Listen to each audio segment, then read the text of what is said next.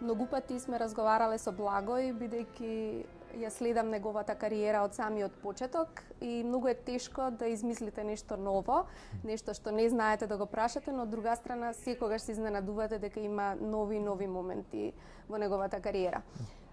Ние вчера вечер присуствувавме на еден малку поинаков концерт од она што се очекува од вас. Знаеме дека веќе не можете да оттргнете етикетата дека сте експерт за пеење на Моцарт, Росини, на италијанскиот репертоар, но вчера за прв пат ве слушнавме со германски репертоар, со циклусот песни на Шуберт, каде што еден таков глас кој што го нарекуваат маскарпоне, го слушнавме со германска дикција.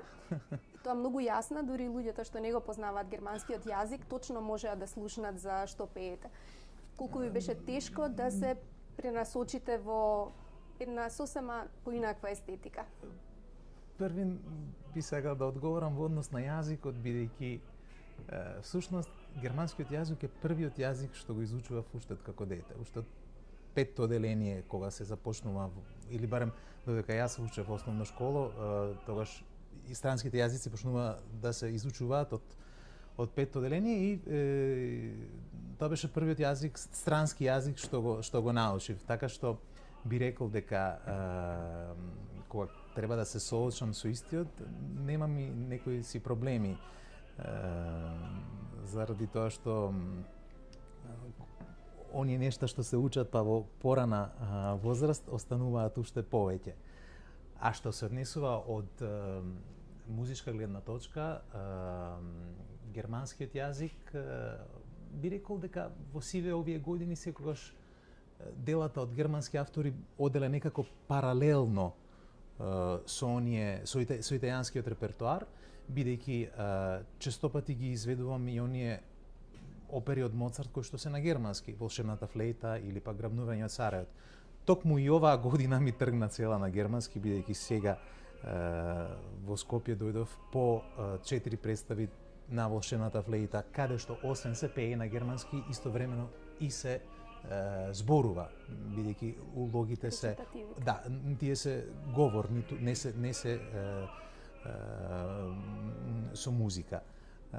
И многу интересно, сосема случајно, и понатаму ќе продолжам по истиот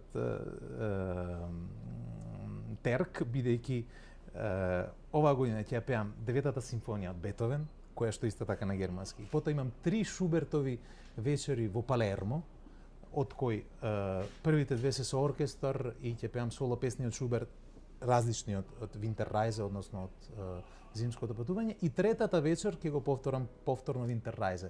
Потоа во Савона во Италија по покана на италијанско-германски културен центар и таму повторно ќе го пеам Винтеррајзе. Значи, еве, годинава ми е во знак на германскиот јазик.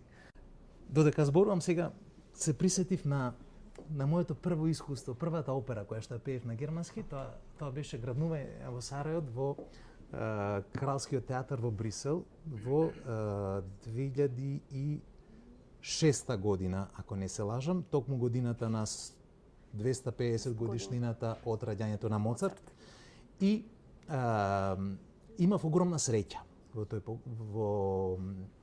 таа продукција. Значи, првата улога на германски да ја изведувам со тотален германски тим пред сцена, што се несува до режисер, диригент, поголемиот број од солистите, меѓутоа режисерот со себе носеше еден професор по актерски движења на конзерваториум во Франкфурт.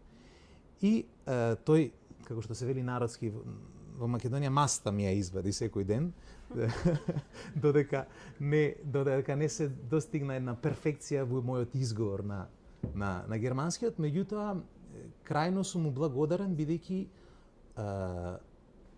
добив една навика од тој момент, односно ме научи каков треба да биде мојот приод кон германскиот. Дури ми кажа една тајна, би ја нарекол тајна, интересна, од старата германска актерска школа, начин на кој што вежбале германските актери додека учеле глума, актерство, и тоа е многу интересно. Се надевам не е некој радикален метод. Не е радикален метод, меѓутоа е многу симпатичен. Немаме можност тука да го прикажеме, бидејќи се смеам, бидејќи и малку може е смешен. Се користи тапа од шише од вино. Многу интересно. Тапата се става во уста, само се доближува тука, не треба да се стиска силно и со истата тапа треба да се изговори или испее текстот на германски и во моментот кога ќе ја извадиш тапата и ќе го повториш истиот текст или испееш истиот текст, дури самиот се чудиш како е можно толку да е перфектен сега. Едноставно, навистина функционира. И јас од кога го дознав тоа, го користам секогаш така. Тој метод. Дури завчера значи ден пред рециталот пред зимското патување. Пеевте со тапа. Да. Дома јас ги поминав сите од првиот до последен лид, односно соло песна, со тапата во уста.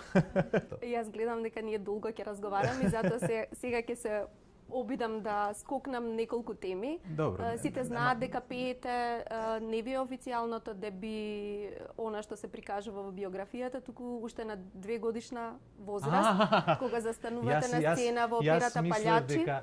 Дека ќе ми извадите некоја си моја тајна што веројатно не ја знаат, како што се вели на италијански скелетро dall'armadio. Не знам дали може да звучи на македонски истиот збор. Во италијанскиот се користи во тие случаи еден скелетро, како е на македонски? Е костур. Костур во плакарот. Еве, ќе откриам за што се работи. Всушност, за време на моите студентски денови беше 2000 или 2001 година, точно, додека моето официјално деби е во 2003 и во Рим. Римската опера, да. Меѓутоа, за време на моите студентски денови ме поканија во еден театар исто во регионот Лацио, во Латина поточно, тоа е еден од 4 града во Лацио, каде што имате еден помал театар да отпеам една помала улога. Меѓутоа, јас како студент во тој момент не смеев да настапувам без дозвола од конзерваториумот, односно од директорот на конзерваториумот. Таа дозвола не ја добив. Меѓутоа, сепак настапив под лажно име. И на плакатите стоеше Виторио Бруни. И ништо, никој не односно, не, многу беше интересно. Сега се присетувам на сите моменти, ова никогаш не сум го раскажал, за прв пат го кажувам, значи после 17 години. Се работеше за 2 представи во Латина и на втората представа, кога го гледам зад сцената, мојот професор по историја на музика. И јас, кога го видов, му реков, професоре, молам, ова е тука тајно, инкогнито, не кажувајте на никого. Да. Всушност, професорот мој по историја на музика и музички критичар. И ве молам, во рецензијата, не го спомнувате моето вистинско име, ако пишувате некаде, туку искористете го... Алтер егото. Да, псевдонимот кој што беше искористен за тоа. Значи, тоа беше една од моите лудори од студентските денови. Но вистинското деби беше 2003 во Рим, туку јас ќе ве прашам... Сега зборуваме малку дека, метафоричко. Да, требаше 12 години да поминат за да стигнете до Миланска скала. Во меѓувреме ви се случија многу нешта и мене ми паѓа на памет една паралела, како велат, ма Рома non fu fatto in un giorno. Значи и кај вас, вие не сте не се изградивте и да го запеете зимскиот циклус, велевте дека не сте се уште зрел.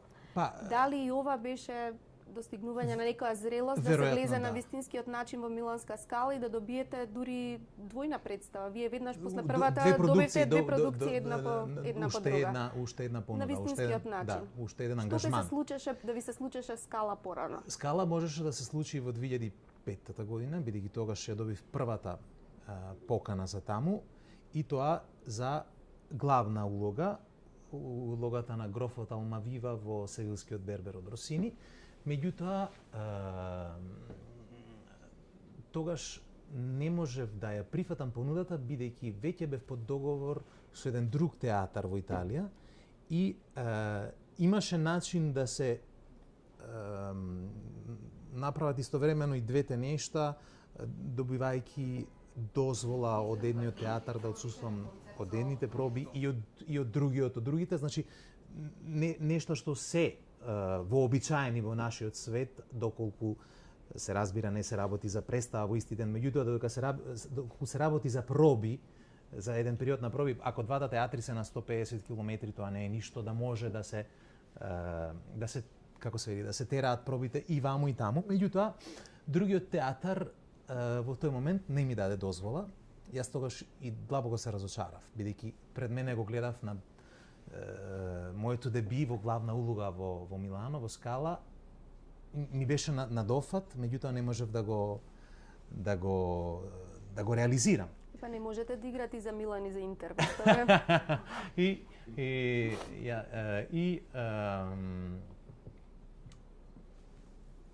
Кога ќе размислам сега, можеби беше подобро така, бидејќи веројатно во тој момент и не бев доволно зрел за да поднесам таков товар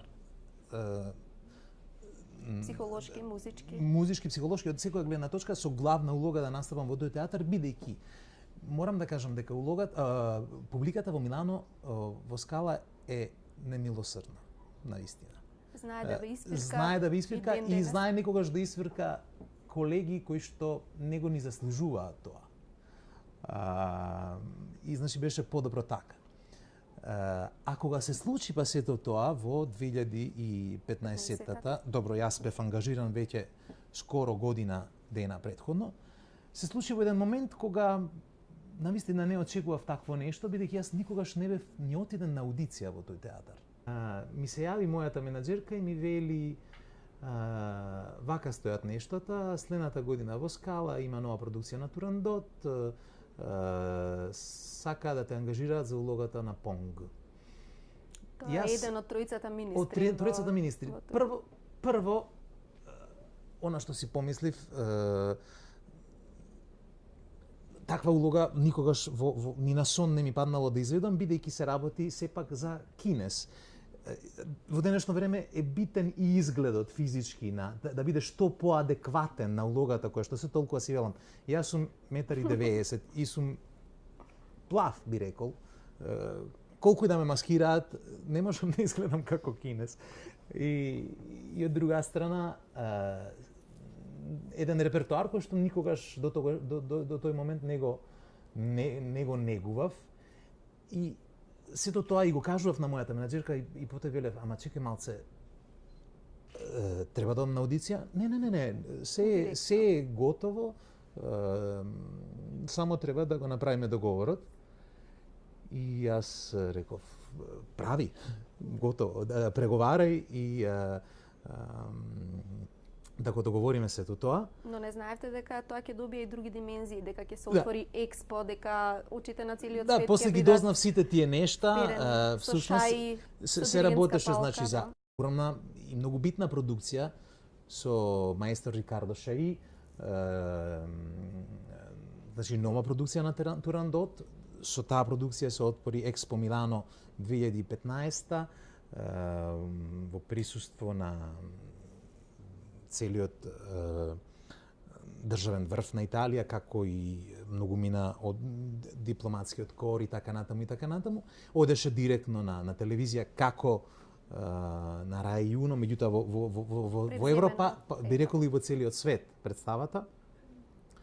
и ми даде еден огромен визибилитет пред се. Несомнено треба да сте задоволни. Ја пропатувавте цела Европа, сите континенти, настапивте Ни фали само Австралија. Во Австралија не сте Никогаш биле, не каде сум што има најмногу македонци. Се Да. уште не сте запеа. Добро да ви ја посакам оперската куќа во Сидне, во најмала рака. Може. Да пеете таму. Дали веќе имате дискографски изданија за најважните дискографски куќи, се Дојче Грамофон, Дека, Да. за Епа, во овој контекст мора да го Сега ви излезе споменеме во Скала. последното Од Скала, DVD да. кое што излезе токму на 27 јануари. Тоа е DVD од представата Токму Турандот за која што зборувавме во Скала. За жал се уште Не излезе на го нема продавниците, материјал, односно DVD-то е дома кај мене во Дженова. Знам дека ми стигна по пошта, меѓутоа јас веќе бев тука, не можев да го земам материјално и да го донесам со мене во Скопје. Сега на број, можеби вие подобро ги знаете дискографските Сакам да изданија. прашам, не само дискографските, туку колку улоги до сега остваривте, професионални? Сте правеле Бранка, некаков јас пресек? мислам дека ќе ви ја дадам таа задача, вие да направите поради вашата Ниту професионалност и апроксимативно? Добро, тогаш кои се Знам дека највпечатливите моменти знам покрај дека Скала? да речеме, Севилскиот Берберин го имам испеано некаде 80 на пати. Операта Дон Джовани 50 до 60. Тие бројки ги паметам. На трето место се наоѓа операта Кози фан туте, односно Така прават сите, од Моцарт со 7 или 8 продукции, не знам точно колку представи, бидејќи во некоја продукција има по две, некоја има 7, 8, па и 10. Треба да ги избројам точно колку се. Да, сега го си сетам во Штутгарт беа само 11, да речеме. Тоа се веројатно трите улоги кои што највеќе ги имам пеено. Од Моцарт претпоставам дека имам одпеано, е композиторот што највеќе го имам одпеано, 7 улоги, ако не се лажам, различни. Потоа Росини 4 улоги, и другите треба да ги изброиме. Дали можете музички да се опишете со еден мотив од некоја представа? Бранка, ова прашање Вие дали требаше да ми го чувствувате- поставите пред да се Не, договори. За свој белек, за свој код. Ако ве прашаме една, макар музички мотив, реченица, што ве отсликува вас или што ви била клучна во досегашната кариера? Тоа е едно прашање на кое што би требало повеќе да размислам.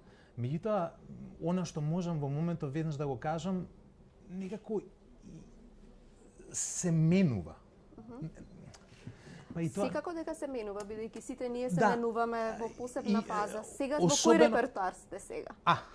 Во кој- лирски? Во подрамски? Не, подрамски не, претпоставам дека никогаш нема да преминам во подрамскиот репертоар. Пред се од медицинска гледна точка, кога за прв пат најдобриот фонијатар лани во Италија ми ги виде гласните жици, фонијатар се вели, нели? Тоа е оториноларинголог што е специјалист за гласни жици. Иако никогаш ме немаше слушнато како пеам, само гледајќи ги гласниците, ми го опиша мојот глас 100% како е така, каков е. И тој ми рече само вака. Немој те молам да преминеш во драмскиот репертоар, бидејќи ќе си наштетиш на гласниците. Твоите гласничици се кревки, нежни? Не кревки, туку се тенки и малечки за лирскиот тенорски фах. Меѓутоа, поради тоа што сум малку повисок и покрупен од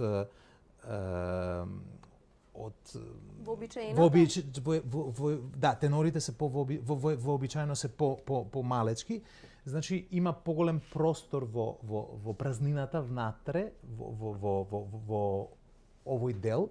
Значи тонот во пониската лага, тоа можеше да се слушне и синоќа, е покрупен. Може да звучи подрамски, меѓутоа тоа не го даваат гласниците, туку го даваат едноставно резонантната кутија. Токму така. така. Вие сте контрабас со звук на виолина. Ете, значи може да искористиме оваа фраза ако за музички да се опишам. Да.